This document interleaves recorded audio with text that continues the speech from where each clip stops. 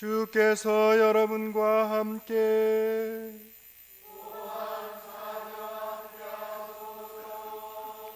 성 마테오가 전한 거룩한 복음입니다.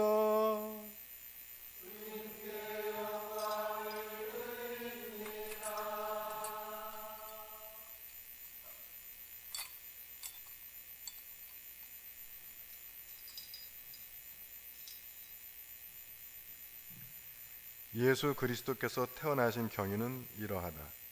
예수의 어머니 마리아는 요셉과 약혼을 하고 같이 살기 전에 잉태한 것이 드러났다. 그 잉태는 성령으로 말미암은 것이었다. 마리아의 남편 요셉은 법대로 사는 사람이었고 또 마리아의 일을 세상에 드러낼 생각도 없었으므로 남모르게 파혼하기로 마음먹었다. 요셉이 이런 생각을 하고 있을 무렵에 주의 천사가 꿈에 나타나서 다윗의 자손 요셉아, 두려워하지 말고 마리아를 아내로 맞아들여라. 그의 태중에 있는 아기는 성령으로 말미암은 것이다. 마리아가 아들을 낳을 터이니 그 이름을 예수라 하여라. 예수는 자기 백성을 죄에서 구원할 것이다 하고 알려주었다. 이 모든 일로서 주께서 예언자를 시켜 동정녀가 잉태하여 아들을 낳으리니 그 이름을 임마누엘이라 하리라 하신 말씀이 그대로 이루어졌다. 임마누엘은 하느님께서 우리와 함께 계시다는 뜻이다. 잠에서 깨어난 요셉은 주의 천사가 일러준 대로 마리아를 아내로 맞아들였다. 그러나 아들을 낳을 때까지 동침하지 않고 지내다가 마리아가 아들을 낳자 그 아기를 예수라고 불렀다. 이것은 주님의 말씀입니다.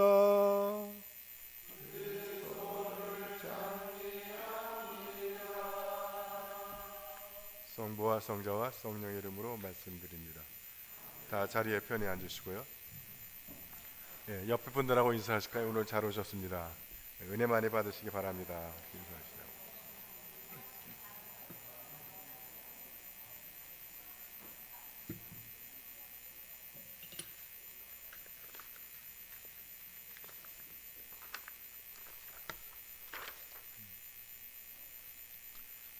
감기가 기승을 부립니다.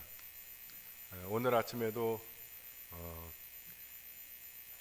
전화 몇 통을 받았는데 다 감기 때문에 못 오겠다는 전화였습니다.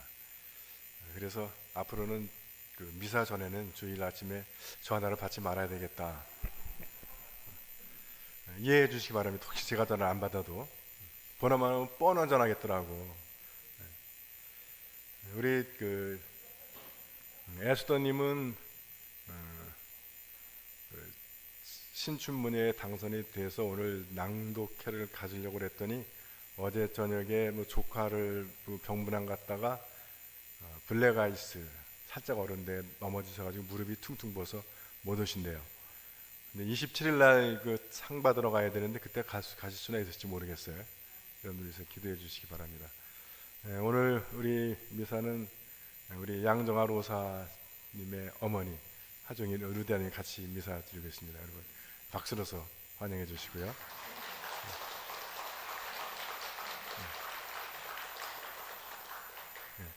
저분은 옛날에 송파교회에서 한번 뵀던 것 같아요. 그래서 아침에 전화를 그런 전화를 여러 통 받아가지고 오늘 교인 반도 안 오겠구나. 그리고 마음의 각오를 단단히 했는데 역시 하나님은 제 예상과는 다르게 그리고 제 각오와는 다르게 역사하시는 하나님인 것 같습니다. 그래서 오늘 여러분들 이렇게 보면서 오늘은 특별히 더 여러분들이 아름다우신 것 같아. 그리고 위로를 좀 받습니다. 이제 내일 모레면 성탄절입니다. 그래서 오늘이 대림 마지막 주예요. 그래서 그런지 오늘 그 이사야서에 있는 말씀 처녀가 잉태하여 아들을 낳으리니 그의 이름을 임마누엘이라 하리라 라는 그 유명한 예언이 등장합니다. 근데 그 예언이 주어진 상황이 요 말씀 이사야서 요 말씀만 들으면 아주 왕이 굉장히 신앙심이 좋은 왕인 것 같아요. 이사야가 네가 하나님한테 징조를 보여달라고 청해라 했더니 아하즈가 뭐라고 대답하냐면 나는 징조를 요구해서 하나님을 귀찮게 하지 않겠습니다. 굉장히 믿음이 좋은 것 같으잖아요.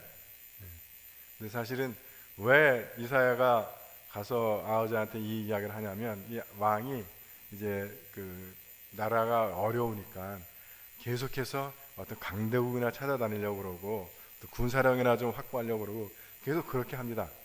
그래서 이사야가 가서 너는 왜 그렇게 그 세상만 바라보고 강대국만 바라보고 하나님한테 의지하지 않느냐. 그래서 이야기하는 거예요. 네가 그렇게 하나님 못 믿겠다면 한번 네가 하나님한테 징조를 요구해 봐라. 하나님이 들어주시나 안 들어주시나. 그렇게 얘기한 겁니다. 그랬더니 아하즈가 대답한 게, 나는 하나님을 귀찮게 하지 않기 위해서 물어보지 않겠다는 거예요. 말은 굉장히 은혜로운 것 같지만 실제로는 내용은 나는 하나님 못 믿겠다는 거예요. 세상을 의지하겠다는 겁니다. 그런 상황에서 주어지시는 말씀입니다. 그래서 네가 안 구한다면 내가 직접 증거를 보여주겠다. 그래서 처녀가 잉태하여 아들을 낳으리니 그의 이름을 임마누엘이라 하리라. 그러니까 너는 하나님의 눈에 보이지 않는다고 해서 하나님을 의지하지 않고 또 너네 눈에 보이는 어떤 세상적인 힘이나 명예나 돈이나 이런 걸 쫓지만 하나님께서는 그래서 네가 네 눈으로 도저히 믿지 못할 그런 기적을 행하시겠다는 겁니다. 처녀가 잉태하여 아들을 낳는다.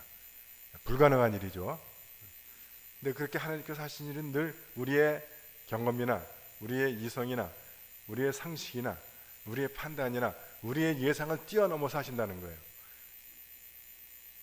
그럴 수밖에 없는 것이, 그것이 우리의 생각에는 그 파격적인 일이고 기적적인 일이지만 하나님께는 일상적인 일일 거예요. 왜냐하면 하나님과 우리가 차원이 다르니까. 그래서 하나님께서 역사하시는 것이 우리의 판단이나 예상이나 추측이나 이 경험이나 여기에 딱딱 맞게 하신다고 그러면 그건 좀 하나님이라고 하기가 좀 어렵죠. 그래서 하나님은 우리와 전혀 차원이 다르신 분이기 때문에 하나님께는 일상적인 것이고 늘상 하는 것이겠지만 당연한 방법이겠죠. 우리가 그것을 감당할 수가 없으니까 우리는 그것을 기적 또는 이적이라고 이야기하는 겁니다. 제가 전화 두세 통 받고서 오늘은 반도 안 오겠구나. 그리고 마음속으로 하나님에 대해서 원망과 불평이 가득했는데 이러실 수가 있습니까? 내가 그래도 지난 대림절 동안 새벽 기도도 하고 그랬는데 이러실 겁니까? 하는 순간에 제 예상보다는 많이 보내주시잖아요. 오히려 예상보다 많은 정도가 아니라 평소보다도 많이 오신 것 같아요, 오늘. 그죠? 여러분, 하나님이 하시는 일이 늘상 그렇다는 거예요. 언젠가도 말씀드릴 것 같은데, 제가 기도도 열심히 하고 설교 준비도 열심히 한 주일하고 때로는 이 핑계 저 핑계로 기도도 좀 대충 하고 설교도 준비도 대충 한 주일하고 언제 하나님이 교훈을 많이 보내주세요? 네? 기도 열심히 하고 설교 준비 많이 한 주일 보내줄 것 같은데 답은 알 수가 없어요. 그래서 제가 교인들이 저 교회 왔을 때 하나님께 원망해요. 근데 언제 원망하겠어요? 제가 기도 열심히 했는데 적게 온 주일에 원망하겠어요? 기도도 대충 했는데 적게 온 주일에 원망하겠습니까? 제가 열심히 준비한 주일에 적게 왔을 때 원망하겠죠? 원망과 불평했더니 주님이 뭐라고 대답하세요? 그러면 앞으로 네가 준비한 것만큼 거기에 비례해서 교인들을 보내줄까? 그래서 만약에 그러면 저는 일주일 내내 그냥 쉬지도 못하고 농땡이도 못 치고 박살나서 준비해야 되겠어요. 그래서 그냥 주님 하시는 대로 하십시오. 그래서 그거를 우리는 뭐라고 얘기하냐면 은혜라고 하는 겁니다. 제가 7시간 기도했더니 하나님이 거기 곱하기 100해서 700명을 보내주고 1시간 기도하면 곱하기 100해서 100명 보내주고 그거는 은혜가 아니라 월급이라고 하는 거예요. 내가 하는 만큼 하나님이 보내주신 거니까. 그래서 우리는 하나님을 은혜의 하나님이라고 부릅니다. 그래서 은혜의 하나님은 우리가 어떻게 했느냐는 상관없이 그것을 축복의 주도권이 하나님께 있다는 거예요. 하나님이 주실 수도 있고 안 주실 수도 있고. 그러니까 우리는 대부분 주실 때는 안 하는데 안 주실 때는 원망과 불평을 늘어놓는다는 거예요. 근데 하나님이 안 주셨다고 해도 그것도 당연한 거라는 거예요. 주시면 더욱 좋은 것이고 감사해야 할 일이지만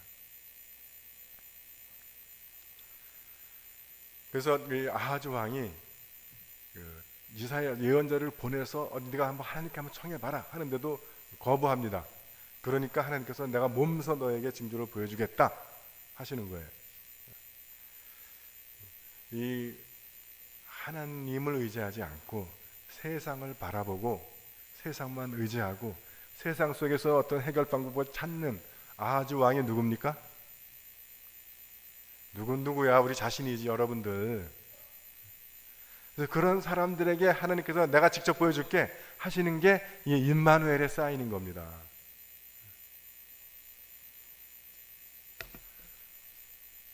마치 여러분들은 하나님을 잘 믿는 것 같고 하나님을 늘 의지하는 것 같고 하나님을 늘 하나님께 구하는 것 같은 표정들을 짓고 계세요. 이 아하즈 왕이 우리 모습인 거예요.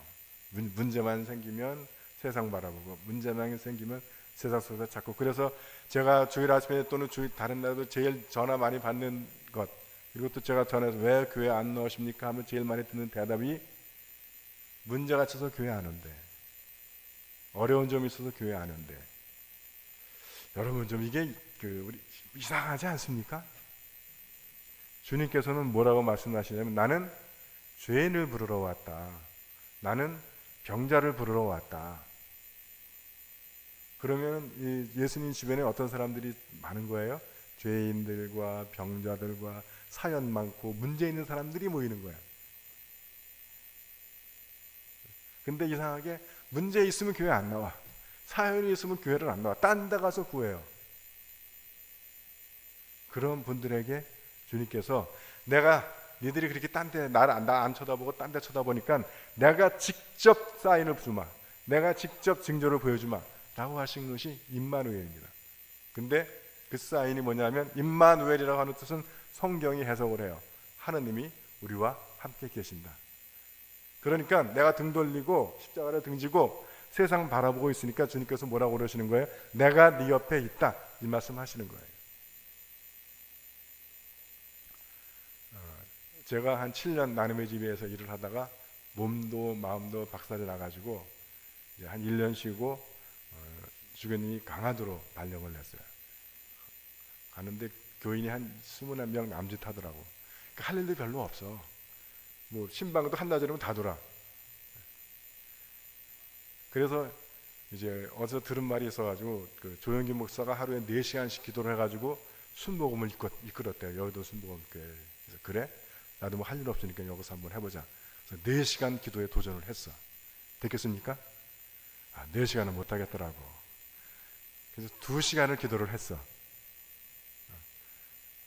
2시간 기도하면 뭐 조용히 한 절반은 쫓아가지 않을까 라고 기대를 했는데 6개월을 했더니 어떤 일이 벌어졌어요?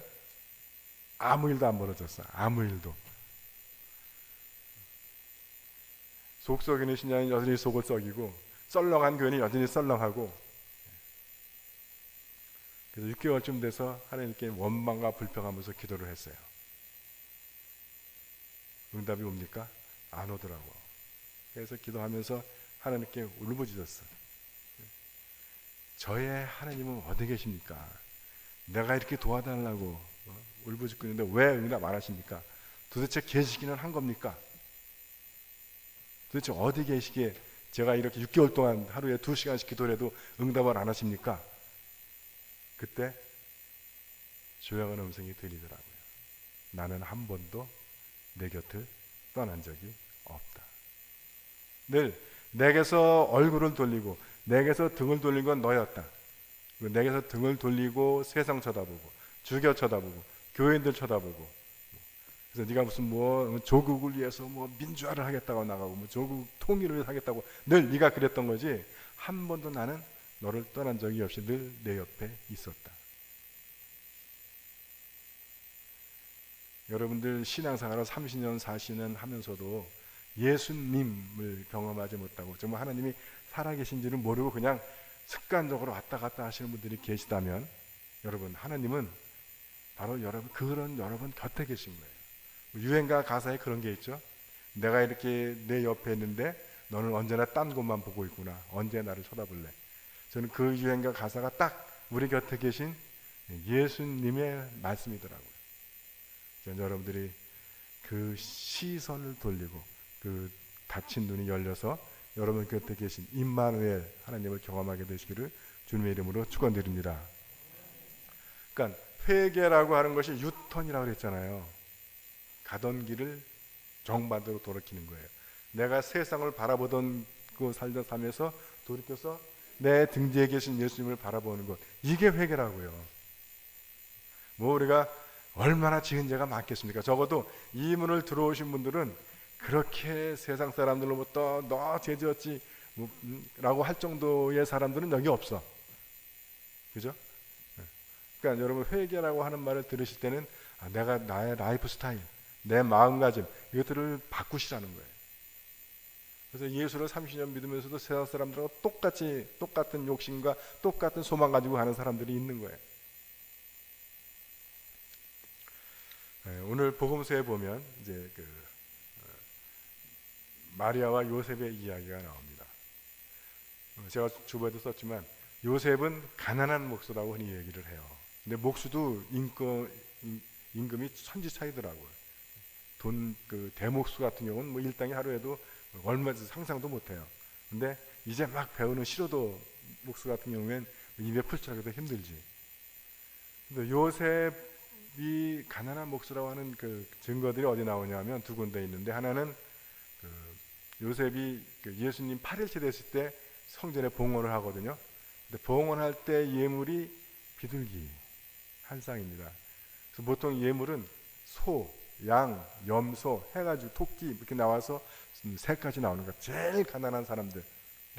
그래서 산비둘기 한 쌍 이렇게 돼 있어요. 산비둘기란 뭐냐면 돈 주고 살 수 없으니까 산에 가서 잡아다가 와서 해도 된다는 거예요. 그래서 요셉이 비둘기를 바치는 걸로써 요셉은 가난한 사람이었다라는 걸 알 수 있고, 또 그 다음에 나오는 이야기, 이제 아우구스투스가 호구조 사령을 내려가지고 다 자기 고향으로 호적 등록을 하러 갑니다. 그래서 요셉도 베들레헴으로 가는데, 베들레헴은 다윗이 태어난 고향이에요. 그리고 왕족이니까 왕족은 가족들이 되게 많잖아요. 우리나라도 제일 많은 성씨들이, 김씨는 경주 김씨, 박씨도 밀양 박씨. 밀양 경주면 신라 왕족들이란 얘기야, 김씨 박씨. 근데 이상하게 석씨는 별로 적어. 그리고 이씨 중에서는 전주 이씨, 이성계의 본관이죠. 왕족들이 제일 많은 거예요. 그러니까 근데 베들레헴은 아주 작은 고을입니다. 그래서 왕족들이 쫙 몰려드니까 이 여간빵이라든가 이게 수요가 안 되는 거야. 그래서 아시는 대로 요셉은 방울 못 구해가지고 마국간에서 예수님을 낳게 됩니다. 근데 자본주의에서 살아보신 분들은 알 거예요. 늦게 도착했다 하더라도 방울 못 구해서 마국간에서 몸을 풀었다라고 하는 것은 요셉이 얼마나 가난하고 무능한 사람이었는지. 우리도 요즘 우리나라는 매번 명절 때마다 귀성 전쟁을 치르잖아요. 근데 빨리 갈 수 있는 방법이 있어. KTX를 타면. 그리고 표를 일찍 예약하면 됩니다. 그리고 내가 직접, 부자들은 직접 안 하고 사람 사서 줄 세워가지고 살 수 있어요. 또 늦게 도착했다 하더라도 윗돈만 얹어주면 방은 나올 수 있다고. 그러니까 이 요셉의 처지가 빠른 교통수단을 해서 고향으로 갈 능력도 안 되고, 도착해서 윗돈 주고 방 구할 능력도 안 된다는 얘기예요. 그러니까 가난하다는 말입니다. 또 하나는 설령 그렇다 하더라도 여러분, 사람 일에 있어서 모든 것을 다 양보받고 양해할 수 있는 일이 있어요. 그래서 두 가지 일인데, 하나는 사람 장례를 치르는 일이고, 그리고 산모가 몸을 푸는 일입니다. 그 일에 대해서는 거의 모든 사람들이 양보를 해줘요. 근데 이때의 이 이스라엘 백성들의 심성이 어떠냐 하면, 만삭한 여인이 몸을 풀려고 하는데도 방내주는 인간들이 없다는 얘기예요. 그만큼 삭막하다는 얘기죠. 그래서 그나마 마국간을 해서 결국 몸을 풀게 됩니다. 예수님은 바로 그런 시대에 오신다는 거예요. 그래서 호구조사령이라고 하는 것은 인두세를 받기 위해서 하는 겁니다. 즉 사람 머리수대로 세금 걷겠다는 거예요. 그러니까 태어나는 것은 축복인데 이 권력자들에게 태어나는 것은 다 돈으로 보이는 거예요. 그런 세상. 그런 세상이다 보니까 일반 백성들도 몸 풀겠다는 여인이 있어도 방 내줄 사람이 없어요. 그런 예수께서는 바로 그런 세상으로 백성들을 구원하시기 위해서 오시는 겁니다. 자, 근데 문제는 이 요셉이 가난했기 때문에 예나 지금이나 동생을 막내라고 가난한 총각이 결혼하기란 참 힘듭니다. 근데 어렵게 해서 마리아랑 결혼하기로 했는데 들리는 소문이 이 여자가 임신을 했다는 거예요. 그러니까 청천벽력 같고 배신감과 복수심 이게 막 불타오를 것 같은데 요셉은 어떤 마음을 먹냐 하면 네가 나 말고 다른 남자가 있어서 그렇다면 내가 너를 조용히 파혼해 주겠다.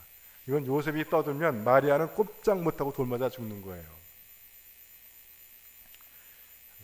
근데 그때 그렇게 마음 먹고 있는 요셉의 마음이 어떻겠습니까? 세상이 다 무너진 것 같았겠죠. 근데 그런 요셉에게 그 고민으로 아마 잠을 못 자고 막 그랬을 거야. 그런 요셉에게 주어지는 말씀입니다. 다윗의 자손 요셉아. 다윗은 왕이잖아요. 그냥 왕도 아니고 이스라엘 백성들에게는 아마 우리나라로 치면 뭐 광개토대왕 아니면 세종대왕 되는 그런 왕입니다. 그래서 이스라엘 백성들이 돌아가고 싶은, 회복하고 싶은 나라가 있다면 다윗 시대예요.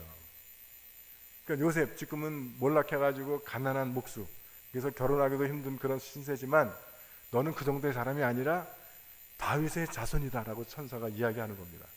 그 순간 아마 요셉이 잠들어 있던 이 자기 정체성이 깨어났을 겁니다. 내가 맞아 그렇구나. 지금은 내가 요 모양 요 꼴이지만 나는 이스라엘의 영광을 이끌었던 다윗 왕의 후손이구나 하는 것을 그 마음을 회복하게 됐을 겁니다. 그리고 주님께서 그 선사가 얘기하기를 두려워하지 말아라. 이 일은 세상적인 일이 아니라 하나님이 주도하시고 하나님이 역사하시는 일이라는 거예요. 그래서 다시 또 그 이름을 예수라고 하는데 예수라고 하는 이름은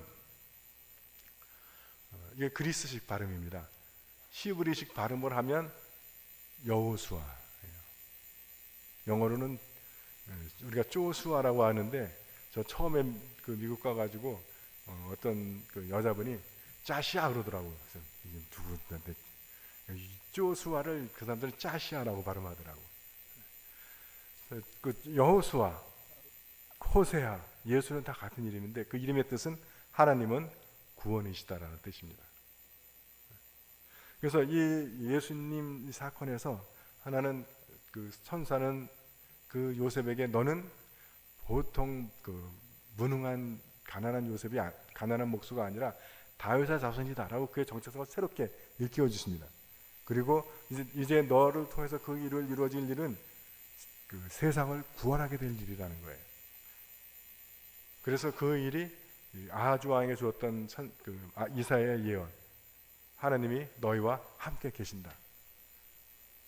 권력자들은 백성들을 어떻게 하면 더 뜯어먹을까 그러고 백성들은 그러니까 완전히 마음들이 굳어져 가지고 다른 사람들의 어려움이나 힘든 것을 돌보지 않는 그런 세상, 그런 삭막한 세상에도 불구하고 하나님께서 백성들의 한가운데 계셔서 백성들을 구원해 주신다라고 하는 사건이 성탄의 사건이라는 것입니다. 이 성탄, 대림절을 지나고 내일 모레 맞게 될 성탄, 여러분들의 마음속에 우리에게 주시는 하나님의 새로운 정체성과 소망이 있다는 거예요. 우리가 비록 지금 여기서 초라하고 힘없고 가난하고 별 볼 일 없이 산다 할지라도 우리는 모두 다 하나님의 자손들이라는 거예요. 그러면 하나님의 자손 믿으십니까? 여러분이 하나님의 자손인 걸 믿으십니까? 안 믿으시세요? 여러분 하나님의 자녀 아들이고 딸인 걸 믿으시기 바랍니다.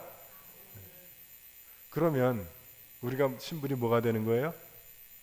하나님이 만유의 주제시니까 우리는 다 하나님의 아들 딸이니까 공주고 왕자인 거예요. 맞습니까? 자, 옆에 분들 보고 인사하실게요. 당신은 공주입니다. 당신은 왕자입니다.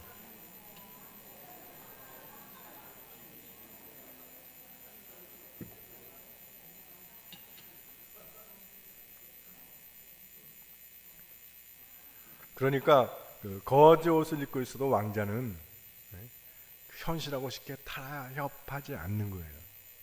타락에 유혹시켜 넘어가지 않는 겁니다. 그리고 왕자는 비록 거저 옷을 입고 있어도 그 마음속에 나라를 걱정하는 마음이 있는 거예요. 그리고 그 나라를 구하기 위해서 움직입니다. 왕자가 자기 일신상의 영화만을 추구한다 그러면 그런 왕자는 우리가 폭군이라고 얘기하는 겁니다. 그래서 우리는 임마누엘이신 예수 그리스도의 능력을 힘입어서 예수 그리스도, 세상의 구원이신 그분을 선포하고 그분을 순종해서 그분의 일을 행하는 교회가 되어야 하는 것입니다. 그것이 성탄의 참된 의미예요. 성탄은 이제 성경에 나오겠지만 빛이 비춰지는 겁니다. 그래서 우리 스스로도 우리 마음에 성탄의 빛을 누려야 하는 것이고, 또 우리를 통해서 세상 사람들도 우리 안에 있는 예수 그리스도의 빛을 경험하게 해야 되는 겁니다. 그래서 크리스찬들이 있는 곳에는 그들이 예수 그리스도를 모시고 있기 때문에 빛이 나는 거예요. 그래서 어둠이 사라지고 죄악이 사라져가고 슬픔이 되고 세상이 치유되는 역사가 일어나야 하는 겁니다. 근데 우리는 내 몸 하나도 감당하기가 힘들어. 가난한 몫으로 사니까 그래요. 다윗의 자손으로 사셔야 됩니다. 세상에서 별볼이 없는 사람으로 살지 마시고 하나님의 아들딸로 살아가셔야 하는 겁니다. 그게 매년 우리가 성탄절을 기억하면서 성탄절을 예배할 때 하나님께서 우리에게 주시는 쌓이는 것입니다. 여러분이 성탄의 빛을 경험해야 세상 사람들이 여러분을 통해서 성탄의 빛을 경험하게 될 것입니다. 성부와 성자와 성령의 이름으로 말씀드렸습니다.